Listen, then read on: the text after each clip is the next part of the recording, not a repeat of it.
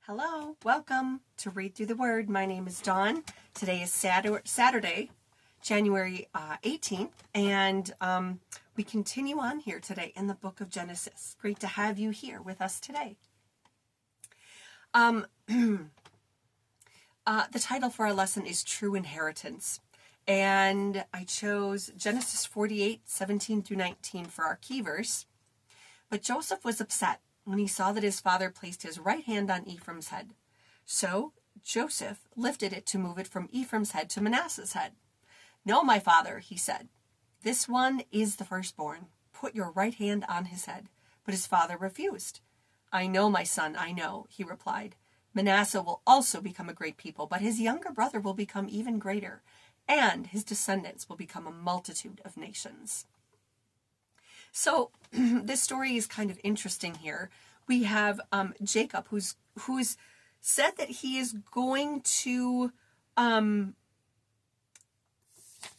he says in Genesis 48:5, "Now I am claiming as my own sons these two boys of yours, Ephraim and Manasseh, who were born here in the land of Egypt before I arrived. They will be my sons, just as Reuben and Simeon." So Joseph's two sons, right, who he bore in, who he and his wife bore in Egypt, Jacob is basically taking those sons and giving them the same status as Reuben and Simeon, firstborn status.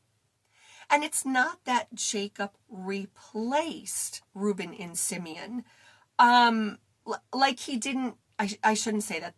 He didn't disinherit Reuben and Simeon, but he put Ephraim and Manasseh in that position, in that place, to receive the blessing of the firstborn. That's pretty amazing. So he prioritized Joseph's sons as far as inheritance would go. And the situation is interesting. Joseph, as Jacob wants to bless Joseph's sons, Joseph he's got Manasseh on Joseph's left hand, so Jacob is facing him, and with his left hand, he takes Jacob's right hand to put on Manasseh's head.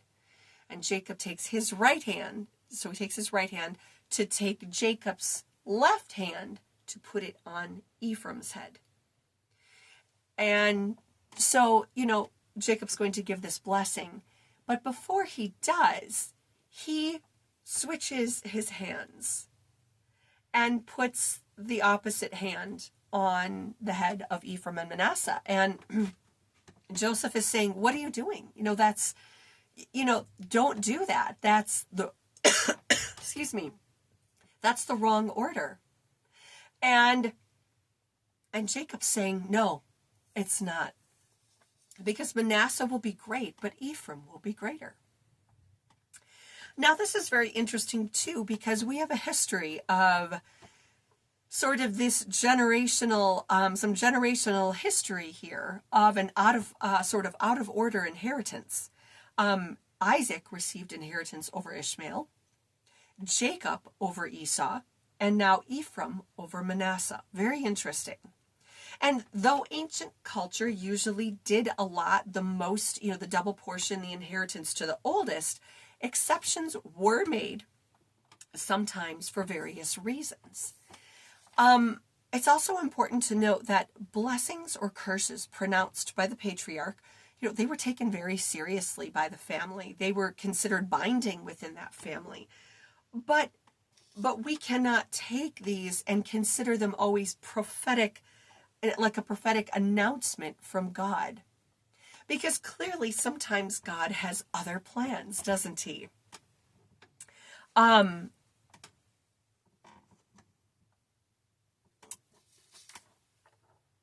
want to add to here a quote from the IVP Bible Background Commentary that says, "The adoption practice and formula here of Ephraim and Manasseh, sort of in the place of Reuben and Simeon, that formula is very similar to those attested in the Code of Hammurabi at that time. Additionally, one Ugaritic text features a grandfather adopting his grandson. In one sense, this adoption could be seen as the means by which Joseph is given the double portion of the inheritance due to the firstborn, since the two of his sons receive shares from Jacob's inheritance. So this idea of the blessing of the firstborn is sort of turned around here for 3 generations. And why is that? Well, God doesn't necessarily operate within the confines of what that ancient culture would expect, right?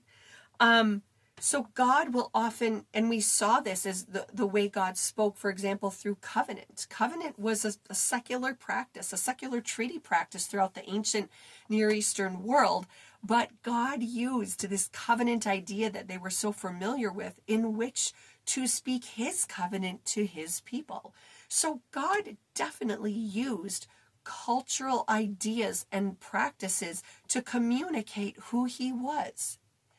But God is not confined by cultural practices. He gets to operate however he wants.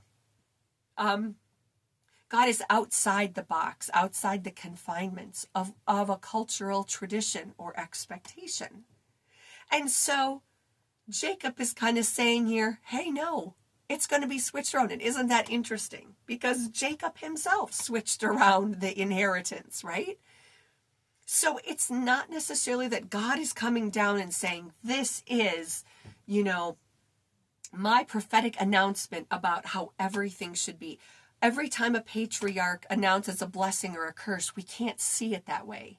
In this situation, God chose someone different other than the firstborn to receive the inheritance and to be considered the firstborn. He does the same, and he also does the same interesting out-of-the-box thinking when it comes to the tribe of Judah. Genesis 49:10, when Jacob is pronouncing a blessing on his sons, he says, the scepter will not depart from Judah, nor the ruler's staff from his descendants, until the coming of the one to whom it belongs, the one whom all nations will honor. Why Judah? I don't know. That's who God chose. So I think it's really important for us when we're reading this kind of thing to understand that though God speaks into their lives and into our lives too, he speaks into our lives through certain things that are common everyday things.